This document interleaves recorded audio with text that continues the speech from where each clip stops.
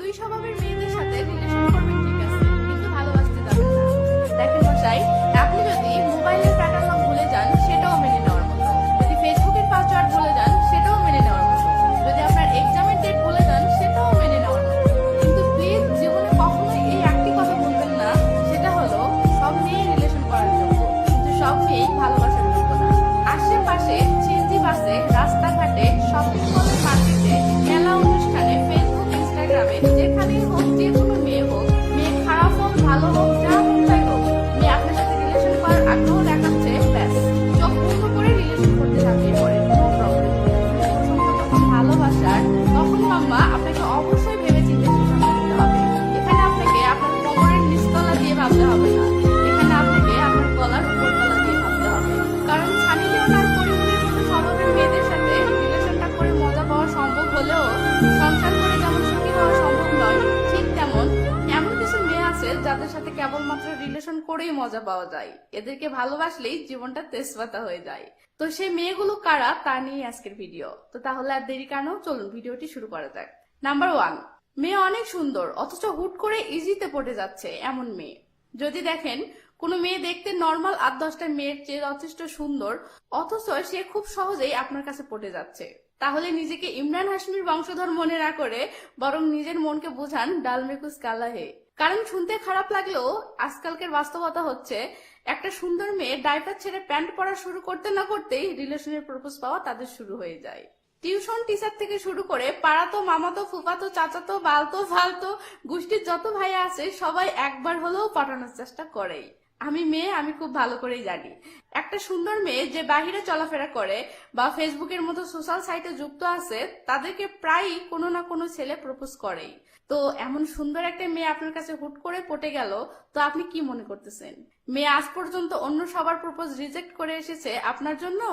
আপনি কি এমন বালটা ফালালেন যেটা এই যাবৎ কেউ ফালাতে পারেনি, তাই মেয়েটিকে এই যাবৎ কেউ পটাতে পারেনি, কিন্তু আপনি পটাতে পারলেন? কি ভাবতেছেন আপনার মতো এত হ্যান্ডসাম ছেলে এর আগে সে কখনো দেখেনি? মাম্মা সাবধান, এমন মেয়ে রিলেশন করতে আগ্রহ দেখালে রিলেশন করেন, রাত জেগে জান জানু বাবু সোনা যা মন চাই করেন, কিন্তু ভুলেও এমন মেয়েদেরকে হুট করেই বা অল্প সময়েই মন থেকে ভালোবেসে ফেলবেন না, নয়তো এমন বাসটা খাবেন যে বের করতে গেলেও কলিজা ছিঁড়ে বের হয়ে আসবে। নাম্বার 2, অ্যাটিটিউডওয়ালা মেয়ে এবং রাগী মেয়ে। দেখেন মশাই, মেয়ে মানে তার একটু কম বেশি অ্যাটিটিউড থাকবেই, সে ছেলেদের সাথে একটু রাগী ভাব দেখাবেই, এটাকে খারাপ চোখে দেখার কিছু নাই, বা এতে যে সেই মেয়ে খারাপ সেটাও আমি বলছি না। কিন্তু আমার কথা হলো, মেয়েরা যখন কাউকে সত্যিকারের ভালোবেসে ফেলে তখন মেয়েরা সেই ছেলের কাছে দুর্বল হয়ে যায়, মেয়েরা তখন আর সেই ছেলের কাছে অ্যাটিটিউড বা ভাব দেখাতে পারে না, সেই ছেলের সাথে রাগী আচরণ করতে চাইলেও পারে না। তাই যদি দেখেন আপনি যে মেয়ের সাথে রিলেশন করতেছেন সেই মেয়ে আপনাকে অল টাইম সেই অ্যাটিটিউড দেখায়, কথায় কথায় আপনার উপর রাগ দেখায়, কোনো কিছুর ব্যাপারে আপনার কাছে নত হয় না, তাহলে মাম্মা এর পিছনে কাহিনী অনলি 2টা হতে পারে। কারণ নাম্বার 1, সে আপনার সাথে যতই ভালোবাসার অভিনয় করুক না কেন সে বাস্তবে আপনাকে এখনো বালদাও ভালোবাসে না।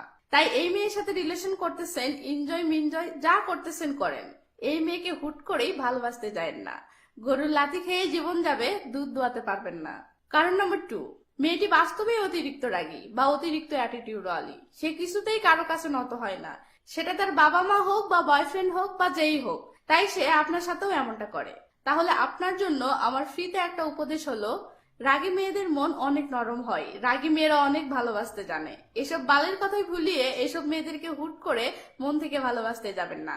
প্রতিনিয়ত এদের আচরণে, এদের কথায় এত কষ্ট আর এত অপমান বোধ করবেন যে আপনি বিষ খেলে সেটাও হজম হবে, কিন্তু এদের দেওয়া কষ্টটা আপনার হজম হবে না। বিশেষ দ্রষ্টব্য, এই ভিডিওতে আমি কেবলমাত্র আমার নিজস্ব মতামত দিয়েছি, আমার কথাই যে ঠিক বা আমার কথাই যে আপনাকে মানতে হবে এমন কোনো আইন বাংলাদেশের সংবিধানে লেখা নাই।